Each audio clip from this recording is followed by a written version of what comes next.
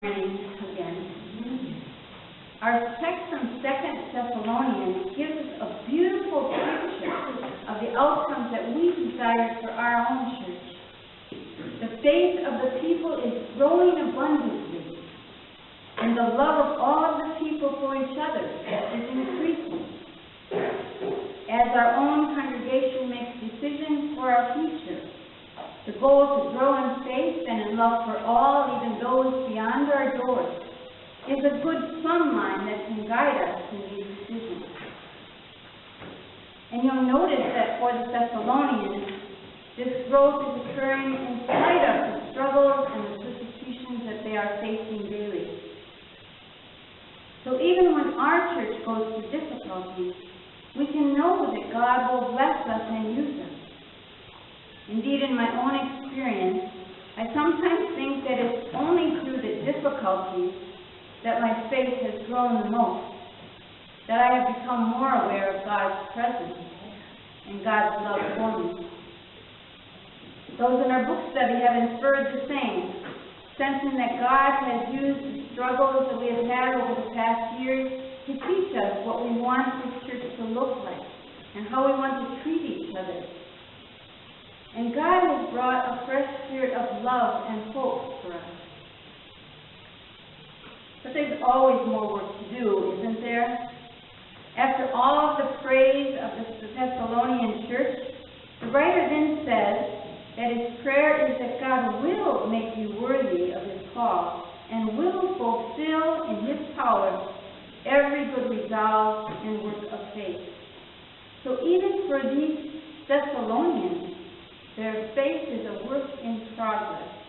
They live in the tension between the already and the not yet. We too can celebrate and affirm where we are today, even as we work toward where God is leading us tomorrow.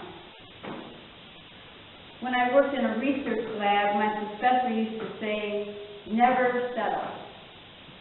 Let's not get so comfortable that we don't continue to stretch ourselves and grow on our own faith journey. It takes time, attention, intentionality, encouragement, and accountability as we journey together in this faith. And patience. We have to wait for it. The reading from Habakkuk gives us a wonderful image about waiting on God. We see dialogue going on between the prophet and God. Habakkuk is very concerned about the lack of justice that he is seeing around him. There are deep divisions. There is destruction and violence. Justice is not being served. And God doesn't appear to be listening. God doesn't seem to care at all about what is going on. Have you ever felt that way? We also are seeing violence and destruction in our world today.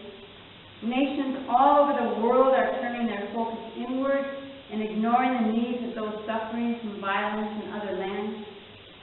Our environment is suffering from the misuse by people for centuries. Injustice thrives, especially for those who are poor or marginalized, such as the black or transgender or Muslim, just to name a few. Our personal lives also deal with suffering and with loss. Where is God in the midst of it? For Habakkuk, the apparent lack of intervention from God doesn't make his faith waver. He is so sure that God is there, that God does hear, that he says, "I will stand on my watchpost until you answer." If you ever saw Fiddler on the Roof, it's like Cedar planting himself squarely on the roof where God can see him as he challenges God to answer him. Habakkuk knows that he has a right to demand an answer from God. And he also knows that the answer will come. And it does. God says that a vision will come at the appointed time. Wait for it. It will surely come, says the Lord. God will have the last word over evil. And those who follow our Lord will live by faith. The Hebrew word translated as faith includes trustworthiness reliability, and fidelity. And it's not just we who need to be faithful. Indeed, we often lack that ability some days. But God is trustworthy, as is God's vision for this world. Even when we don't understand the bigger picture, even in the face of apparent hopelessness. Catholic spiritual writer Edward Hayes recounts a story from the Desert Fathers and Mothers, in which a young man goes to visit a wise hermit. He finds the monk sitting outside his cave, enjoying the sun, his dog lying lazily at his side. The seeker asks, "Why is it, Abba, that some who seek God come to the desert and are zealous in prayer, but leave after a year or so, while others like you remain, faithful to the quest for a lifetime?"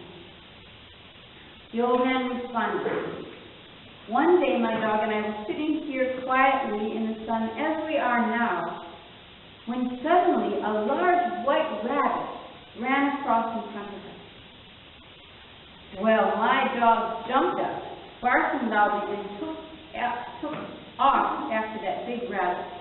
He chased it with passion. Soon other dogs heard his barking and joined in the chase. The pack of dogs ran barking across the trees, up the stony embankments, and through thickets and thorns. Gradually, however, one by one, the other dogs dropped out of the pursuit, discouraged by the course and frustrated by the chase. Only my dog continued to hotly pursue the white rabbit." Confused, the young man asked, "What is the connection between the rabbit chase and the quest for God?" The hermit replied, "Why didn't the other dogs continue the chase?